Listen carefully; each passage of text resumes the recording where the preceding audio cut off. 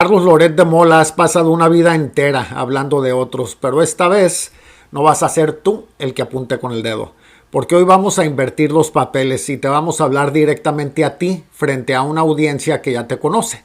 Durante años te has sentado frente a una cámara a jugar al fiscal, al juez y al verdugo de la moral pública, esculcando contratos, propiedades y familias enteras mientras te vendes con cinismo como el único paladín de la verdad.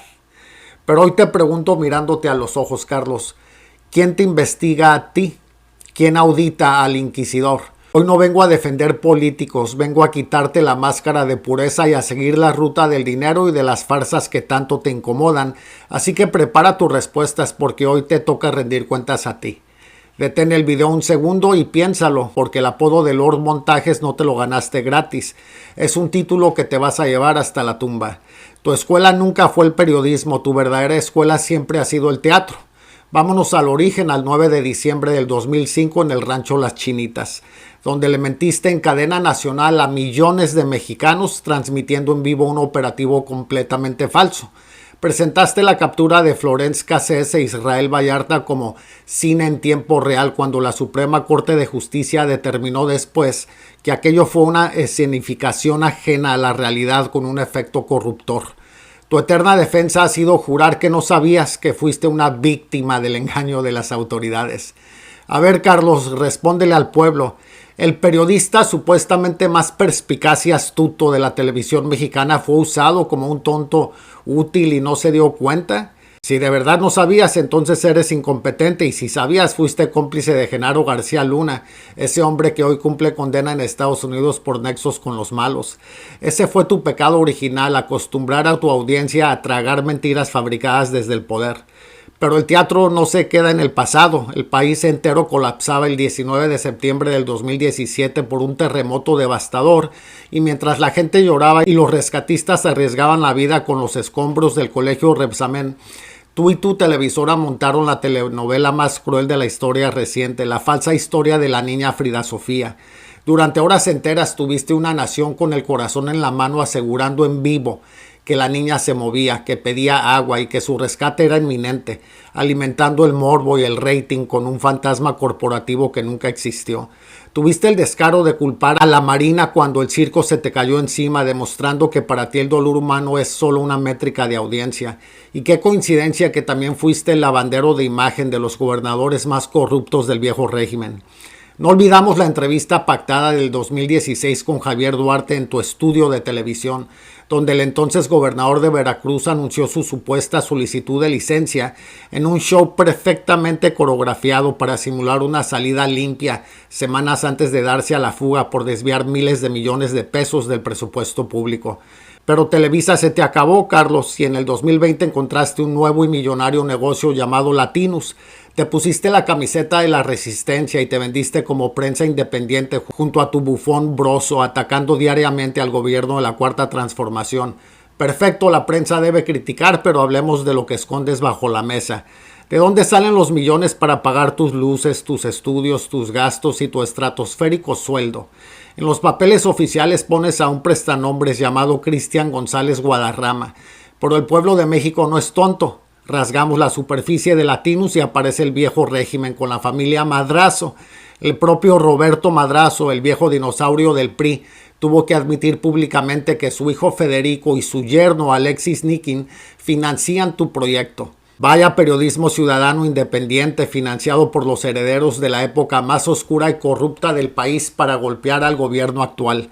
Pero el verdadero escándalo es el origen de los recursos, 2.437 millones de pesos, la monstruosa cifra que la Unidad de Inteligencia Financiera destapó en las operaciones del entramado de empresas que sostienen a tu plataforma.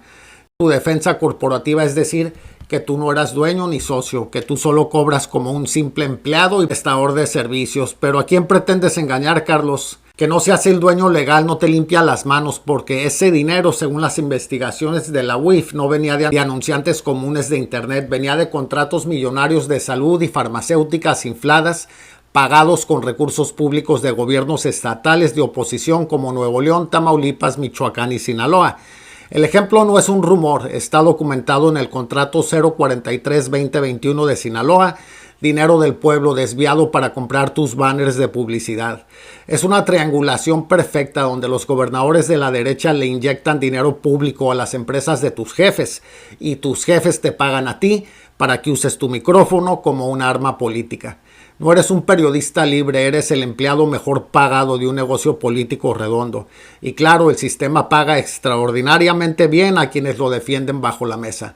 Pero ¿qué pasa con tu descomunal patrimonio inmobiliario? Investigaciones periodísticas revisaron minuciosamente el registro público de la propiedad en la Ciudad de México, revelaron que tú y tu entorno familiar cercano acumulan al menos 13 departamentos de lujo concentrados principalmente en zonas exclusivas como Polanco, con un valor conjunto que ronda los cientos de millones de pesos. Pero la cereza del pastel de tu doble moral se encuentra en el extranjero. El periodista independiente Julio Roa destapó que compraste un lujoso departamento en Miami utilizando una empresa de papel llamada Bedfordbury Group, registrada en las Islas Vírgenes Británicas, un conocido paraíso fiscal utilizado mundialmente para ocultar fortunas y evadir impuestos. Lo verdaderamente podrido de esta historia, Carlos, es que ese lujoso departamento está ubicado exactamente en el mismo complejo inmobiliario residencial donde Genaro García Luna y sus socios adquirieron sus propiedades en Florida.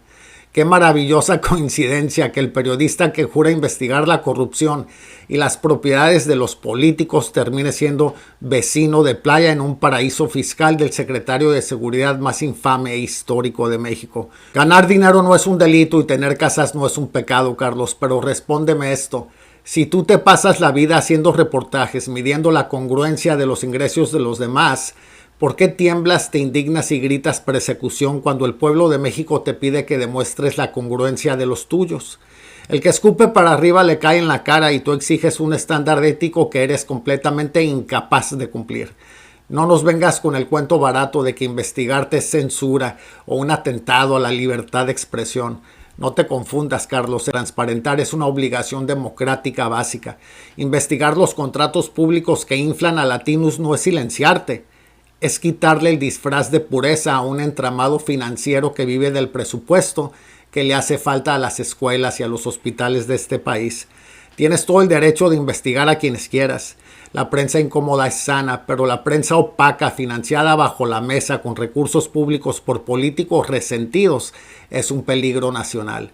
Si le exiges cuentas al poder, tienes que estar dispuesto a rendirlas ante el pueblo de México. Carlos Loret de Mola, ya se te acabaron tus décadas de inmunidad mediática. México ya despertó y pronto veremos qué haces con los nuevos lineamientos que protegen a las audiencias. Porque te la pasas gritando censura, te quejaste ayer, te quejaste antier, la semana pasada y el mes pasado, pero aquí sigues quejándote aún hoy. Entonces, ¿dónde está la censura, Carlitos? Pero ya te conocemos, así que por hoy hasta aquí vamos a llegar. Creo que ya son suficientes trapitos para que el pueblo de México sepa quién realmente eres. Y ahora les pregunto a la audiencia directamente. ¿Creen que Loret de Mola es un periodista independiente o el vocero pagado de la derecha mexicana? ¿Qué piensan de todos sus montajes y controversias que ha generado para engañar al pueblo de México? ¿Y qué piensan de las triangulaciones de dinero y cuentas en el extranjero pertenecientes a este señor? Comparte tu opinión aquí en los comentarios. No se queden callados. Denle me gusta al video, compártanlo para que le llegue a todos los mexicanos y mexicanas y que nadie olvide los engaños de Loret.